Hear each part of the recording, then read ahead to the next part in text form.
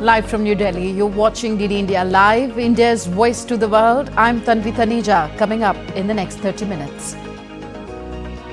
India pledges $25 million for the Social Impact Fund at the third Voice of the Global South Summit. Prime Minister Modi calls on Global South nations to stand united to become each other's strength.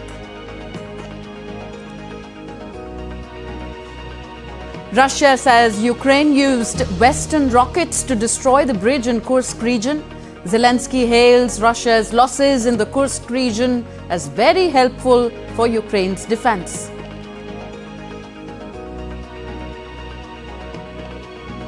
And Gaza ceasefire talks paused until next week. At least 10 people killed in an Israeli strike on Nabatea city in southern Lebanon.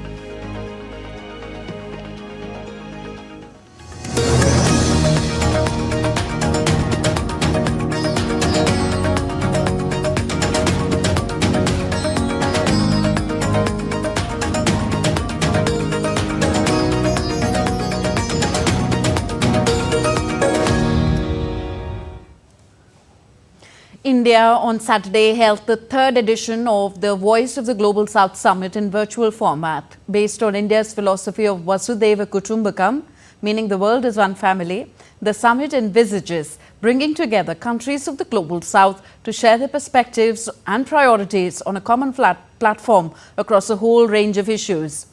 In his opening remarks, India's Prime Minister Narendra Modi called on the nations of the Global South to unite and stand together with one voice.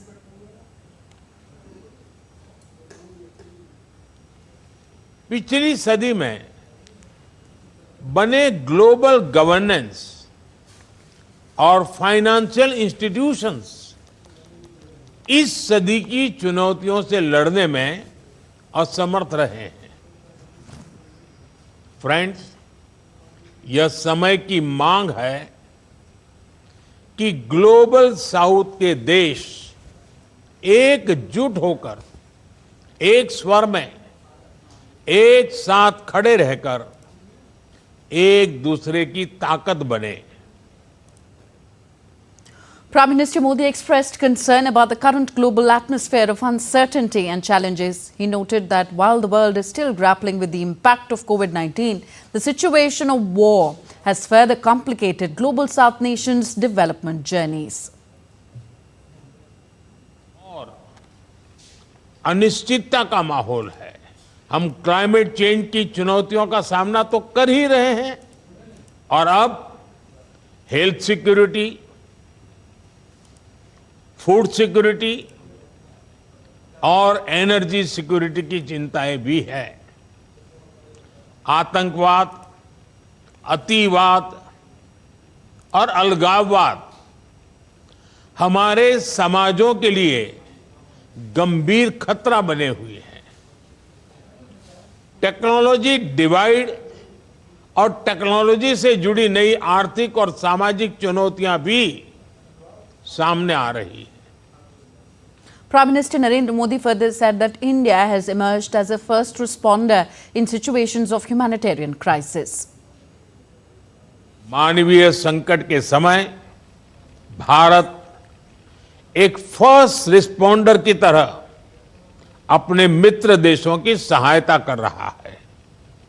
चाहे Papua New Guinea में ज्वालामुखी फटने की घटना हो या Kenya में बाढ़ की घटना, हमने गाजा और यूक्रेन जैसे कॉन्फ्लिक्ट क्षेत्रों में भी मानवीय सहायता प्रदान की है। Prime Minister Modi further said that India has established a social impact fund to accelerate progress in digital public infrastructure for the Global South with an initial contribution of $25 million. Global south में DPI में तेजी लाने के लिए हमने social impact fund बनाया है। भारत इसमें $25 मिलियन का शुरुआती योगदान करेगा। फ्रेंड्स, हेल्थ सिक्योरिटी के लिए हमारा मिशन है वन वर्ल्ड वन हेल्थ और हमारा विजन है आरोग्य मैत्री। यानी friendship for health. Later, in his closing remarks, Prime Minister Narendra Modi introduced comprehensive Global Development Compact. Prime Minister Modi said this initiative will be inspired by the development priorities set by the countries of the Global South. आज मैं आपके सामने भारत की ओर से एक व्यापक global development compact का प्रस्ताव रखना चाहता हूं। इस कॉम्पैक्ट की नींव भारत की विकास यात्रा और विकास साझेदारी के अनुभवों पर आधारित होगी। यह कॉम्पैक्ट ग्लोबल साउथ के देशों द्वारा स्वयं निर्धारित की गई विकास प्राथमिकताओं से प्रेरित होगा। यह ह्यूमन सेंट्रिक होगा और विकास के लिए मल्टी डायमेंशनल होगा और मल्टी सेक्टोरल अप्रोच को आगे बढ़ाएगा। यह डेवलपमेंट फाइनेंस के नाम पर जरूरतमंद देशों को कर्ज तले नहीं दबाएगा। Prime Minister Modi also highlighted that India will work towards the development of the Global South nations. Global south के देशों में फाइनेंशियल स्ट्रेस और डेवलपमेंट फंडिंग के लिए Bharat SDG stimulus leaders group में सहयोग दे रहा है। हम ग्लोबल साउथ को सस्ती और प्रभावी जेनरिक दवाइयां उपलब्ध कराने के लिए काम करेंगे। हम औषधि रेगुलेटर्स के प्रशिक्षण में भी सहयोग करेंगे। कृषि क्षेत्र में नेचुरल फार्मिंग के अपने अनुभव और टेक्नोलॉजी साझा करने में हमें खुशी होगी। DD India's Amritpal Singh joins us live for more on this story. Amrit, tell us more about these two significant announcements made by India at the summit, one towards the Social Impact Fund and the other towards the Global Development Compact. Well, these are two funds that the Prime Minister proposed and announced that India is setting up the Social Impact Fund, which primarily looks at, using DPI, funding DPI or digital public infrastructure. Now, under this, not only will India share its learnings, its experiences with the developing countries, but this fund, India would try and encourage more digital public infrastructure so that governance can reach the people who require it most, because, as you know, 2/3 of the world's humanity resides in these countries which are called the Global South. So, to handhold them so that, governance infrastructure can be improved. The other is the Human Development Compact, for which he said he announced a $2.5 million fund, and he said that when we meet at the UN summit for the future, we can take this idea to the next level. This was, when after hearing the leaders of various countries, the heads of states and government of various countries who are participating in this third Voice of Global South summit, he proposed that. Now things are being thrashed out at the ministerial level meetings, which are happening through the day in various sessions that are running concurrently in a virtual format, though. These are this is basically to see that the interests of the Global South are protected, and secondly, collectively, the Global South comes together to help each other out and not get into things like, say, a debt trap when international financial institutions lend or very powerful countries give bilateral loans, etc. And because the Global South, these are developing countries, so they're vulnerable to crisis. They are vulnerable to these kind of things we've seen in the past. So the Prime Minister's, these two proposals pertain to that. Okay. Thank you, Amrit, for those updates. Amritpal Singh reporting from New Delhi. And at the Foreign Ministers session of the third Voice of Global South Summit, India's External Affairs Minister Dr. S. Jaishankar said that the theme of this session was charting a unique paradigm for the Global South.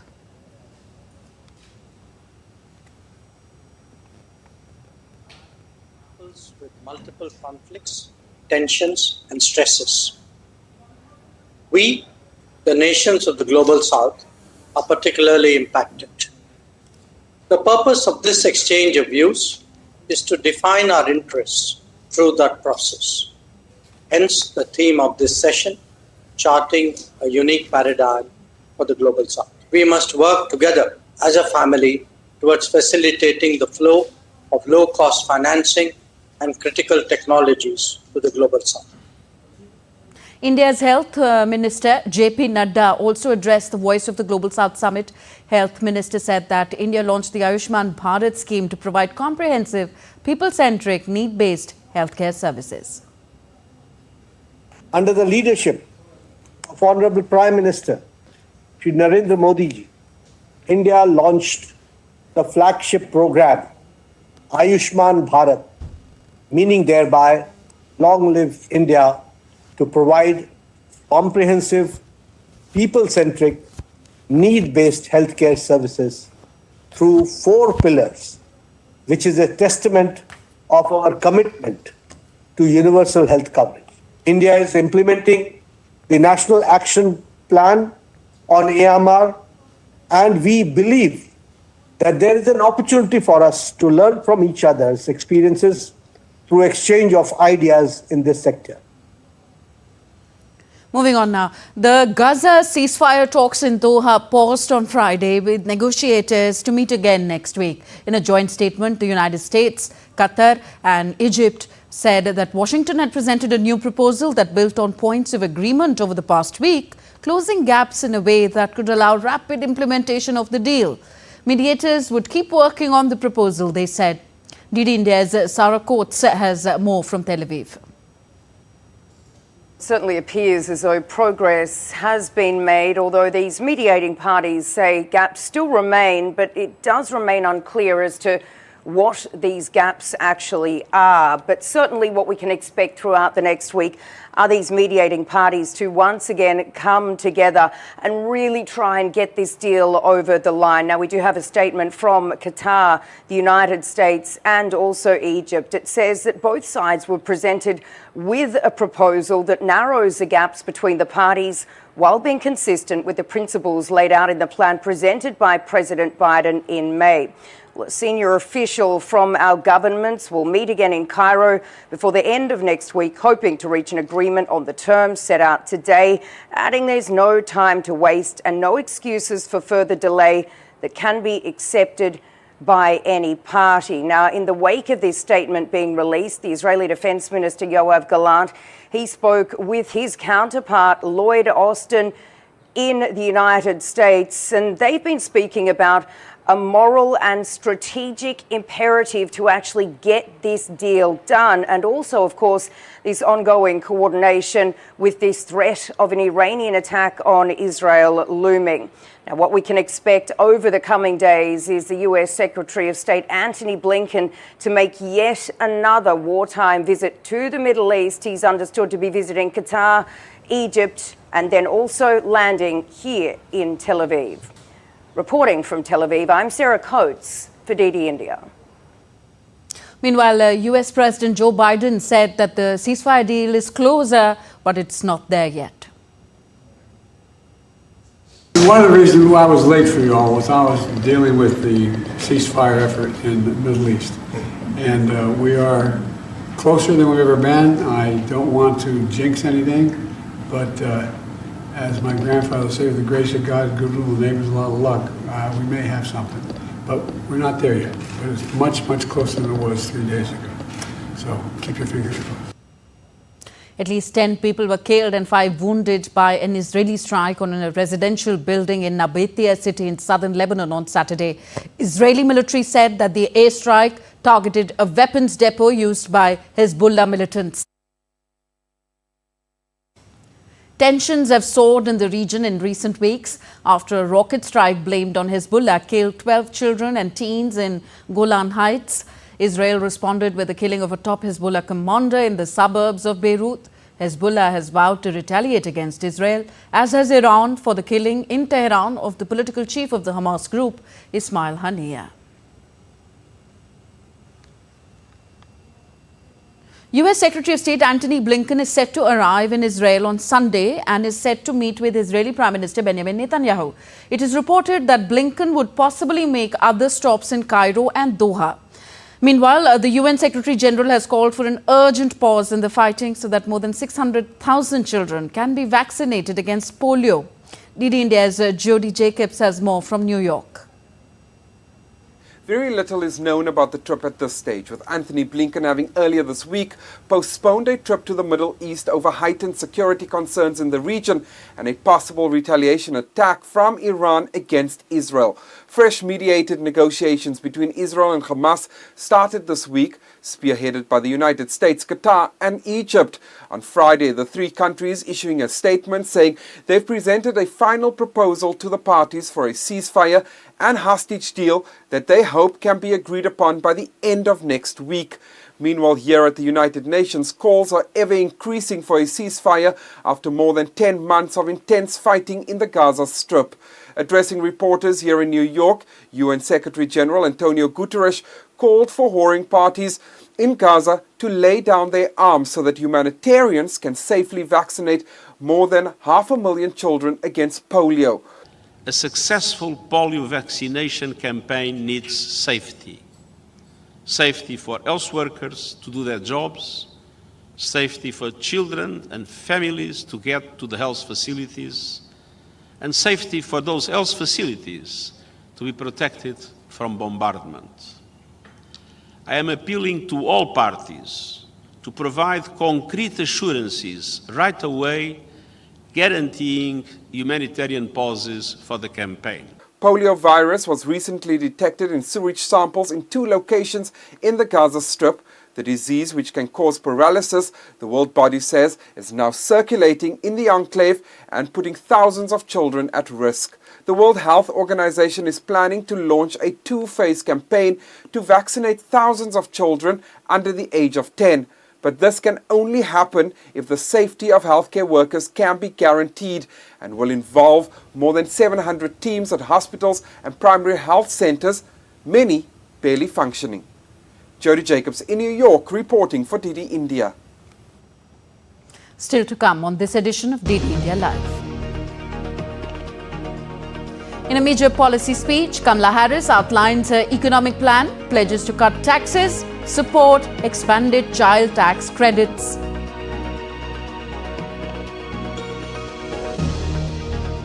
Healthcare services in India hit after nationwide withdrawal of services by doctors on Thursday over the uproar against the rape and murder of a junior doctor in Kolkata. Indonesia celebrates Independence Day at the unfinished future capital Nusantara for the first time.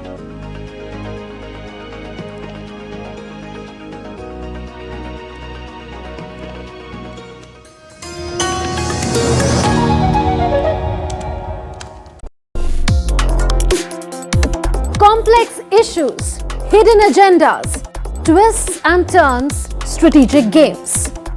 We think all dots are linked. We just need to connect them. Join me every week as I connect the dots to unravel hidden designs in statecraft, mysteries, and decode issues that matter to you. Watch Connecting the Dots with me at these times on DD India.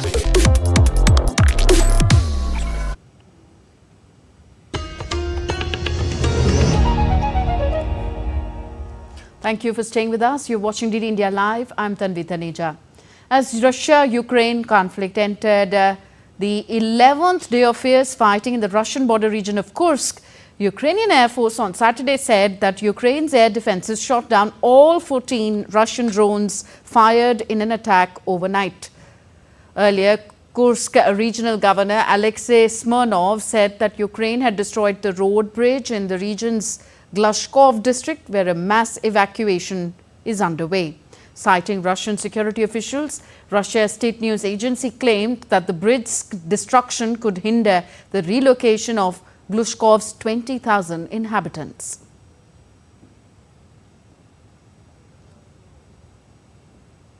Ukrainian President Volodymyr Zelensky has meanwhile said that Russia was suffering losses and that were very helpful for Ukraine's defense. There have already been several reports from Commander-in-Chief Syrskyi on the frontline situation and our operation in the Kursk region. We see that the occupier is suffering losses, and this is beneficial, very beneficial for our defense. This includes the destruction of the Russian army's logistics and the depletion of their reserves. We must inflict maximum damage on all Russian positions, and we are doing so. Russia's foreign ministry said Ukraine had used Western rockets, likely US-made HIMARS, to destroy a bridge. Taking to their social media account, spokeswoman for the Russian Foreign Ministry, Maria Zakharova, said for the first time the Kursk region was hit by Western-made rocket launchers, probably American HIMARS. The bridge was completely destroyed and volunteers who were assisting the evacuated civilian population were killed, the statement added.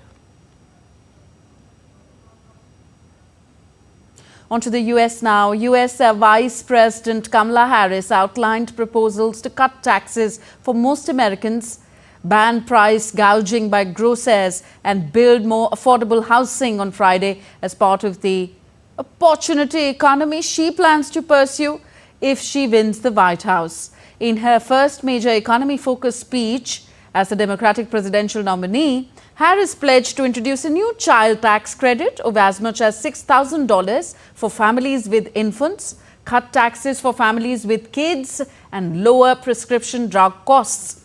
The vice president also called for the construction of 3 million new housing units over 4 years and a tax incentive for home builders who build homes for first-time buyers. Harris told supporters at a rally in North Carolina, a state she hopes to win in the November 5th election, that the US economy was strong, but prices were still too high. She said she would be laser focused on the middle class as the President of the United States. As President, I will be laser focused on creating opportunities for the middle class that advance their economic security, stability, and dignity. Together, we will build what I call an opportunity economy. Building up the middle class will be a defining goal of my presidency, because I strongly believe when the middle class is strong, America is strong. Member nations of the Organization of American States on Friday adopted a draft resolution on situation in Venezuela. The organization expressed concern over reports of election-related irregularities and violence and requested that Venezuela's National Electoral Council publish polling station-level results. The document also urged the Venezuelan government to respect the right to peaceful protest, cease arbitrary arrests and detentions, and provide access to fair trials. OAS Secretary General Luis Almagro said that the proposal was endorsed by consensus of the 26 member country delegations.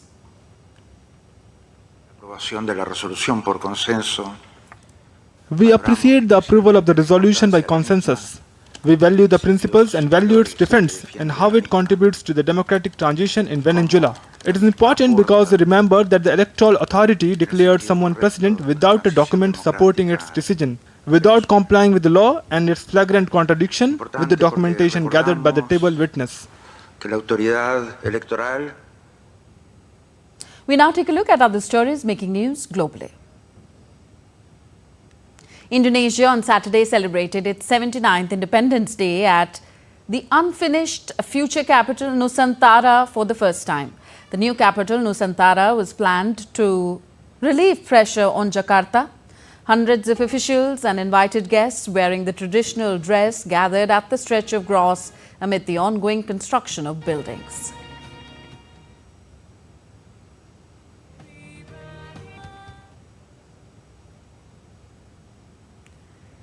An aerobatic plane crashed into the Mediterranean Sea on Friday during an air show in southeast France. The pilot was unable to eject from the plane in time, resulting in his death. The air show was part of a commemoration of the 80th anniversary of the Allied forces' D-Day landings in Provence.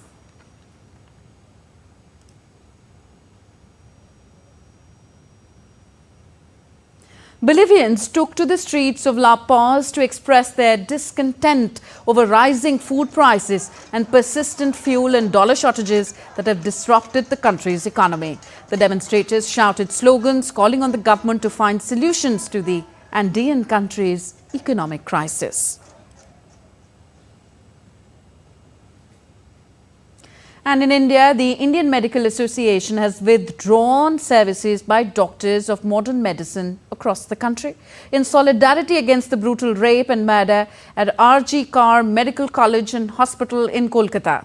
According to a statement from the Indian Medical Association, the service will be withdrawn till 6 in the morning on Sunday. The statement further said that all essential services will be maintained.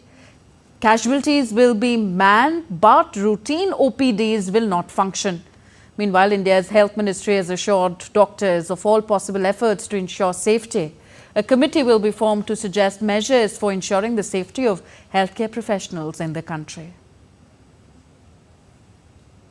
And in sports, Indian wrestler Vinesh Phogat returned home following a disqualification from the recently concluded Olympics. Vinesh had assured India of a medal after reaching the final of the women's 50 kg wrestling event at the Paris Olympics 2024. However, things took an unfortunate turn when she was disqualified for being 100 grams overweight during the second weigh-in on the day of her gold medal match. Vinesh's homecoming has been long awaited, hence thousands of supporters gathered at the Delhi airport to give her a rousing reception. Security at the airport has been increased to control the large gathering of people. And here we see Vinesh Phogat being accompanied by her fellow compatriots Bajrang Punia and Sakshi Malik. That's all for this edition of DD India Live. Do let us know your thoughts on the news of the day. For those on the go, you can catch all the latest news and updates from India and the world on our DD India mobile app. The app is available on both Android and iOS platforms. So we will be back with more news as it breaks here on DD India. I'm Tanvi Taneja from all of us here in New Delhi. Thank you for watching. Namaskar.